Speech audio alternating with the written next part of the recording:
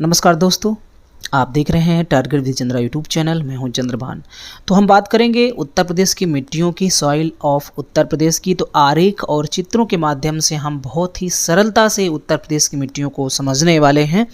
और ये जो वीडियो है ये उत्तर प्रदेश से संबंधित जितने भी प्रतियोगी परीक्षाएं हैं उन सभी प्रतियोगी परीक्षाओं के लिए बहुत ही महत्वपूर्ण है। और साथ साथ में बाद में इसका PDF भी आप डाउनलोड कर पाएंगे। तो इस वीडियो को आपको पूरा देखना है और बहुत ही शॉर्ट तरीके से आपको समझाने वाला हूं। तो बिना देरी किए हुए आइए शुरू करते हैं। तो पहले यहाँ पर जैसे आप एक आरेख देख रहे हैं, इस आरेख में बताया गया है कि प्रोफेसर वाडिया, यहाँ आरेख में आप ऊपर देख पा रहे होंगे कि लिखा हुआ है प्रोफेसर वाडिया, कृष्णन एवं मुखर्जी के वैज्ञानिक विश्लेषण के आधार पर उत्तर प्रदेश की मिट्टियों को दो भागों में बांटा गया है। पहला भाग क्या है? पहला भाग है गंगा के विशाल मैदान की नूतन और उपनूतन।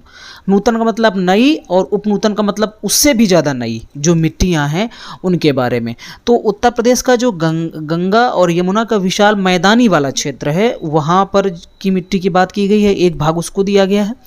दूसरे अगर भाग की बात करेंगे तो बुंदेलखंडी मिट्टियाँ या दक्षिण पठार की जो प्राचीन रवेदार और बिंद शैल की मिट्टियाँ हैं उसको कहते हैं। तो यहाँ कहने का मतलब ये है कि उत्तर प्रदेश की मिट्टियों को दो भागों में बांटा गया है, गंगा के विशाल मैदान क्षेत्र की मिट्टियाँ और बुंदेलखंड या पठारी क्षेत्र की मिट्टियाँ। अब अगर हम बात करें गंगा के विशाल मैदान की जो मिट्टियों की, तो इसको भी दो भागों में बांटा गया है। एक भाग क्या है? एक भाग है बांगर या पुरानी जलोढ़ मृदा। बांगर या पुरानी जलोढ़ मृदा क्या होता है? ये वो मिट्टी होती है जो कभी बहुत पहले नदियों के द्वारा बहा करके लाई गई थी, ठीक है, लेकिन अब ये नदियों से थोड़ा सा दूर हो चुकी है, नदियों के ऊपरी हिस्से पे पहुंच चुकी है। और ये जो मिट्टी है बांगर, जिसे पुरानी जलोढ़ कहते हैं। अब जलोढ़ का मतलब है जो जल के साथ बह करके आई हो, ठीक है। तो जल के साथ बहुत सारे जो कंकड़ पत्थर, बालू, मिट्टी और बहुत सारे अवसाद बह करके आते हैं, इसलिए इसको जलोढ़ मृदा कहते हैं। अब पुरानी इसलिए कहते हैं बांगर चूंकि ये अब क्या है कि ये पुरानी हो चुकी है। इसका पुरानी कैसे हो गई है कि बहुत वर्षों से जो है किसान इस मिट्टी की उपजाऊ शक्ति का इस्तेमाल लगातार कर रहे हैं, जिसकी वजह से ऐसा भी है कि ये बांगर मिट्टी खादर की अपेक्षा कम उपजाऊ होती है। और दूसरी मिट्टी जिसकी हम बात कर रहे थे, खादर, या जिसे हम नवीन जलोढ़ कहते हैं, अर्थात ये हर वर्ष जब बाढ़ आती है नदियों में तो ये बहा करके मिट्टी लाई जाती है और ये बांगर मिट्टी की अपेक्षा काफ़ी उपजाऊ होती है। चूँकि मिट्टी बदलती रहती है, नई मिट्टी आती रहती है, इस वजह से ऐसा होता है। अब आगे देखते हैं। तो आगे हम लोग बात करने वाले हैं, देखिए पहले हम लोग बात करेंगे बांगर मिट्टी की। तो ये बांगर मिट्टी की खासियत क्या है कि अगर इसकी खनिज प्रचुरता की बात करें कि कौन कौन सा खनिज इस मिट्टी में पाया जाता है, तो फास्फोरस एवं चूना, ये दो जो खनिज इसमें पाए जाते हैं। जबकि कमी किस किस चीज़ की रहती है? नाइट्रोजन की कमी होती है बांगर मिट्टी में, नाइट्रोजन, पोटास और जीवांश आदि पदार्थों की कमी रहती है। कौन सी मिट्टी में? बांगर मिट्टी में, जिसे हम पुरानी जलोढ़ कहते हैं। अब ये जीवांश की मात्रा इसलिए कम रहती है चूँकि यहाँ पर जो है नया पानी यहाँ पर नहीं आ पाता, जबकि नदियों में के किनारे जो बहा करके लाई जाती है मिट्टी, जिसे हम खादर कहते हैं, तो उस पर मछली हैं, केंचुए हैं, अब बहुत सारे जलीय छोटे छोटे जीव जो होते हैं, खरपतवार होते हैं, वो बहा करके लाए जाते हैं। वो जीवांश पदार्थ का काम करते हैं, ह्यूमस बनाते हैं, जिससे कि उस मिट्टी की उर्वरा बढ़ जाती है। बट ऐसा यहाँ पर नहीं है बांगर मिट्टी के साथ में। और दूसरे पॉइंट की बात करें तो बांगर मिट्टी को उपरहार मिट्टी भी कहते हैं। और उपरहार मिट्टी कहाँ पर कहा जाता है? उत्तर प्रदेश के पूर्वी भाग में बांगर मिट्टी को ये दिया गया नाम है। तो यहाँ वही शब्द का इस्तेमाल किया गया है जो एग्जाम में बहुत बार पूछा गया है, और वही बातें की जाएंगी जो एग्जाम की दृष्टि से महत्वपूर्ण होंगी। दूसरी बात कि बांगर मिट्टी के और अन्य नाम क्या हो सकते हैं? इसे दोमट मिट्टी भी कहते हैं, मटियार भी कहते हैं, बलुई दोमट, पुरानी जलोढ़ और उपरहार मिट्टी। तो ये बांगर मिट्टी के अन्य नाम हैं। अब आगे हम लोग बात करते हैं खादर मिट्टी की। राइट, खादर मिट्टी में क्या है कि सबसे पहले इसकी उर्वरता की बात करें। हालांकि मैंने पहले ही उर्वरता के बारे में बता दिया है कि बांगर की अपेक्षा ये अधिक मात्रा में उर्वर होती है। और उसका रीज़न क्या है? क्योंकि हर वर्ष जो है नदी इसमें नई मिट्टी लेकर के आ जाती है, तो उसकी उर्वरा शक्ति मौजूद उस पर होती है, उसका इस्तेमाल किसानों के द्वारा नहीं किया गया रहता है, इस वजह से ये उर्वरा शक्ति इसकी अधिक होती है। ये तो पहला पॉइंट हो गया। दूसरे पॉइंट की इसी विशेषता की बात करें तो यह हल्के रंग वाली छिद्रयुक्त युक्त तथा महीन कणों वाली मिट्टी होती है, राइट। और अगली बात है, खादर मिट्टी का विस्तार जो है नदियों के बाढ़ वाले मैदानों में होता है। जैसे मैंने पहले बताया कि बाढ़ वाली जो मैदान होते हैं जहाँ पर मिट्टी बार बार बहा करके लाई जाती है, तो इस विस्तार यहाँ पर होता है। खादर मिट्टी के और अन्य नाम क्या हैं यहाँ पर दिया गया है, तो इसे हम नवीन जलोढ़, कछारी, सिल्ट, बलुआ, मटियार, दोमट आदि नामों से भी जानते हैं, ठीक है। अगली बात है खनिज उपलब्धता। तो जैसे वहाँ हमने बात की थी उसी तरह यहाँ पर भी बात कर रहे हैं। यहाँ पर क्या है कि चूना और पोटास, मैग्नीशियम तथा जीवांशों की अधिकता होती, वहाँ जीवांशों की अधिकता नहीं थी, है ना, वहाँ जीवांशों की अधिकता नहीं थी, जबकि नाइट्रोजन, फास्फोरस एवं ह्यूमस पदार्थों की यहाँ पर कमी होती है, ठीक है। तो वहाँ नाइट्रोजन अधिक मात्रा में होता है, यहाँ पर नाइट्रोजन की कम मात्रा होती है, जस्ट उसका उल्टा, लेकिन यहाँ पर जीवांश की अधिकता होती है। तो ये हो गया खादर मिट्टी के बारे में। आगे बात करते हैं, आगे हम बात करते हैं भाबर जो प्रदेश है। अगर आपने पिछला वीडियो देखा होगा तो आपको पता होगा कि भाबर प्रदेश पर्वतीय क्षेत्र क्या होता है, ठीक है। तो उत्तर प्रदेश की मिट्टियों में अगर भाबर पर्वतीय क्षेत्र की बात करें तो यहाँ की मिट्टी कैसी होती है, यहाँ की मिट्टी होती है मोटी रेत होते हैं, कंकड़ होते हैं, पत्थर से निर्मित अत्यंत छिछली मिट्टी होती है। नदियों को लुप्त हो जाने वाला क्षेत्र जो होता है, मैंने बताया था कि जब नदियाँ पहाड़ों से निकल करके आती हैं तो यहाँ जो है ढेर सारे पत्थर बड़े बड़े बहा करके लाती हैं और इन्हीं पत्थरों के अंदर से नदी जो है बहती है और इसलिए लुप्त हो जाती है, ठीक है। और यहां की जो मिट्टी होती है चूंकि कंकड़ीली और पथरीली होगी इसलिए मोटी रेत रहती है यहां पर, ठीक है। एक तो ये भाग हो गया।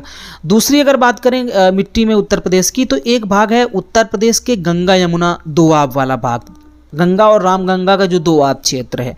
यहाँ की मिट्टी का नाम जो है कि वो क्या दिया गया है, जलोढ़ एवं काप मिट्टी। इस क्षेत्र में जो है जलोढ़ एवं कॉप मिट्टी का विस्तार रहता है, ठीक है। और अगर तीसरे भाग की बात करें तो यहाँ पर है उत्तर प्रदेश में दोमट एवं बलुई मिट्टी को क्षेत्रीय भाषा में दिया गया नाम। तो उत्तर प्रदेश में जो दोमट है, जो बलुई मिट्टी है, उसे सिकटा, करियाल और धनका भी कहते हैं। तो मोस्ट इंपॉर्टेंट पॉइंट है ये, पूछ लिया जाता है कि दोमट मिट्टी का और दूसरा नाम क्या है। अगली हम लोग बात करते हैं कि उत्तर प्रदेश की प्रमुख मिट्टी कौन कौन सी, एक सामान्य सी जानकारी हमको कम से कम होनी चाहिए कि किस तरह की मिट्टियां उत्तर प्रदेश में पाई जाती हैं। जैसे लाल बलुई मृदाएं हैं यहाँ पर, तरी मृदाएं वही भाबर के नीचे वाली मिट्टी, लवणीय प्रभावित मृदाएं जो हैं, लवण प्रभावित जहाँ पर नमक की मात्रा, साल्ट की मात्रा ज़्यादा होती है, ये पठारी मिट्टियाँ होती हैं। लाल और पीली मृदाएं ये भी पठारी मिट्टियाँ हैं। मिश्रित लाल एवं काली मृदाएं ये भी बुंदेलखंड क्षेत्र की मिट्टियाँ हैं। मध्यम काली मृदाएं ये भी उसी क्षेत्र में पाई जाती हैं। कैल्शियम युक्त और जलोढ़ जो मृदाएं हैं, ये जलोढ़ मृदाएं कौन सी होती हैं, जो कि वही गंगा यमुना और रामगंगा के दोआब क्षेत्र में पाई जाती हैं। तो इस तरह से जो है इतनी मिट्टियां उत्तर प्रदेश में मुख्य रूप से देखी जाती हैं। अगले हम लोग बात करेंगे अब बुंदेलखंडीय मृदा की, जो बुंदेलखंड क्षेत्र में पाई जाने वाली मृदाएं हैं, ठीक है, उनकी हम लोग बात करेंगे। तो जैसे अन्य नाम क्या है इनके, तो अन्य नाम में परवा या पड़वा बोलते हैं, माड़ या मार बोलते हैं, राकर मिट्टी या मृदा, भोंटा और मृदा भी बोलते हैं। ये कई बार एग्जाम में पूछा गया है कि जो पठारी क्षेत्र की मिट्टी है, या पूछा जाता है कि मार मिट्टी कहाँ पर, इसका विस्तार क्षेत्र क्या है। तो विस्तार क्षेत्र भी यहाँ आप देख सकते हैं कि इन मिट्टियों का विस्तार क्षेत्र कहाँ पर है, जालौन, झांसी, ललितपुर और हमीरपुर, इन क्षेत्रों में, ठीक है। बुंदेलखंड मिट्टी कौन सी होती है, जो उत्तर प्रदेश के दक्षिणी पठार की मिट्टियाँ हैं। और मैंने बताया यही जालौन, झांसी, ललितपुर, हमीरपुर, सोनभद्र, मिर्जापुर, चंदौली, इलाहाबाद के जस्ट दक्षिण वाला मिर्जापुर, ये सारा जो क्षेत्र है वो क्या है, पठारी क्षेत्र में आता है, ठीक है। तो ये बुंदेलखंडी क्षेत्र की मिट्टियों के बारे में हो गया। अब हम लोग देखते हैं कि जो उत्तर प्रदेश क्षेत्रवार मृदा अपर्दन के प्रकार हैं। तो उत्तर प्रदेश में अलग अलग क्षेत्रों में अलग अलग तरह का मृदा अपर्दन होता है। उन मृदा अपर्दन के बारे में हम लोग समझते हैं। जैसे कि अगर बात करें उत्तरी क्षेत्र की, उत्तर प्रदेश का जो उत्तरी वाला क्षेत्र है, उत्तरी क्षेत्र में परत अपर्दन होता है। ये विशेष रूप से परत अपर्दन ही प्रभावी देखा जाता है, राइट। परत अपर्दन होता है, यहाँ पर परत के रूप में मिट्टी जो है कटती चली जाती है, चूंकि पहाड़ी क्षेत्र होता है इसलिए ऐसा यहाँ पर होता है, राइट। अब इसके बाद अगर हम बात करें पश्चिमी क्षेत्र की, तो पश्चिमी क्षेत्र में क्या होता है कि यहाँ अवनालिका अपर्दन होता है, विशेष रूप से प्रभावी होता है। और जैसे बेतवा नदी जो है और इसके साथ साथ जो आपकी चंबल नदी है, वो सबसे ज़्यादा जो है चंबल नदी अवनालिका अपर्दन करती है, या जिसे गली अपर्दन भी कहा जाता है। और इटावा जो है सबसे प्रभावित क्षेत्र है अवनालिका अपर्दन से, एग्जाम में भी पूछा जाता है। यहाँ क्या होता है कि यहाँ मिट्टी में जो है बड़ी बड़ी नालियाँ, गहरी नालियाँ बन जाती हैं, मिट्टी इस तरीके से कट करके बह जाती है।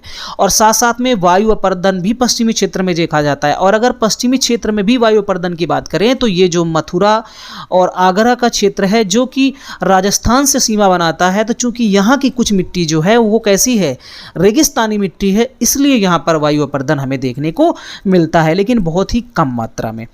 राइट, इसके बाद अगर हम पूर्वी क्षेत्र की बात करें तो पूर्वी क्षेत्र में भी परत अवर्दन हम देखते हैं, परत अपर्दन, और पूर्वी क्षेत्र में जलीय अपर्दन भी देखते हैं, क्योंकि पूर्वी क्षेत्र में भी जो है नदियों का विस्तार है। जैसे कि अगर हम मुख्य रूप से देखें तो आपकी जो है वही गंगा नदी का ही विस्तार देखा जाता है मुख्य रूप से।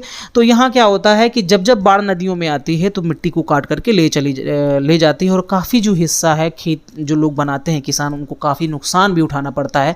कई बार तो ऐसा होता है कि खड़ी फसल जो है वो कट करके नदी में समा जाती है। तो जलीय अपर्दन भी पूर्वी क्षेत्र में देखने को मिलता है। अब अगर हम बात करें दक्षिणी क्षेत्र में मिट्टी के अपर्दन की, मृदा अपर्दन की, तो यहाँ अभी दो तरह से होता है। एक तो जलीय अपर्दन, क्योंकि आप देखते हैं इस तरफ जो है धसान नदी है, इसके साथ साथ जो है बेतवा है, चंबल है, सिंध है, और आपका ये जैसे कर्मनाशा नदी का भी क्षेत्र है, सोन नदी का भी क्षेत्र पड़ जाता है। तो इस तरीके से छोटी छोटी जो नदियां हैं वो जलीय अपर्दन का काम करती हैं। और साथ साथ में इसी क्षेत्र में रील अपर्दन भी विशेष रूप से प्रभावी होता है। रील अपर्दन जो है वो अवनालिका अपर्दन का छोटा रूप है। मतलब कहने का, अवनालिका अपर्दन में नालियां ज़्यादा गहरी और बड़ी होती हैं, जबकि रील अपर्दन में छोटी नालियां होती हैं। ठीक है, नाली अपर्दन ये भी होता है। राइट, आगे बढ़ते हैं हम लोग।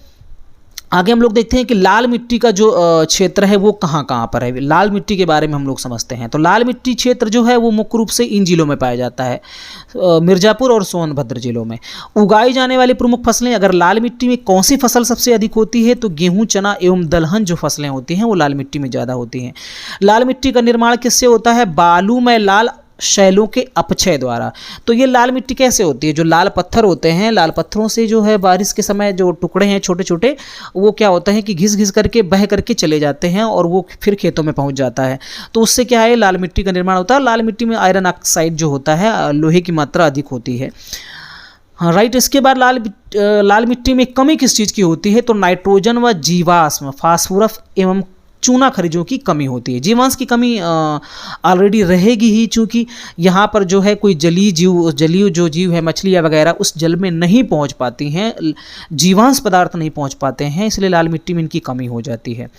ठीक है, और लाल मिट्टी का विस्तार अगर देखा जाए तो बेतवा और धसान नदियों के जल प्लावित क्षेत्रों में ज़्यादा देखने को मिलता है। जो बेतवा और धसान जो है वो बेतवा की ही एक सहायक नदी है, तो लाल मिट्टी का विस्तार इन क्षेत्रों में देखा जाता है। राइट, आगे बात करते हैं हम लोग। महत्वपूर्ण कुछ तथ्य हैं इनकी। तो महत्वपूर्ण तथ्यों में जैसे कि पहला तथ्य है कि वायु अपर्दन से उत्तर प्रदेश के सर्वाधिक प्रभावित जिले कौन कौन से हैं? देखिए मैंने पहले ही बताया था, मथुरा एवं आगरा। दूसरा पॉइंट है कि जलीय अपर्दन से उत्तर प्रदेश का सर्वाधिक प्रभावित क्षेत्र कौन सा है? हिमालय का तराई क्षेत्र, तराई प्रदेश। चूंकि नदियां सबसे ज़्यादा वहीं से और बहुत ही स्पीड के साथ चलती हैं, इसलिए यहाँ पर जलीय अपर्दन अधिक होता है।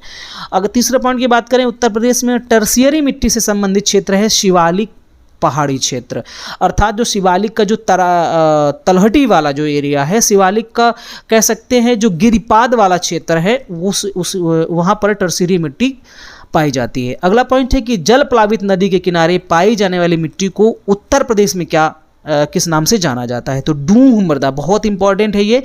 जल प्लावित नदी के किनारे पाई जाने वाली मिट्टी को उत्तर प्रदेश में जाना जाता है डूह मृदा के नाम से, डूह मिट्टी के नाम से।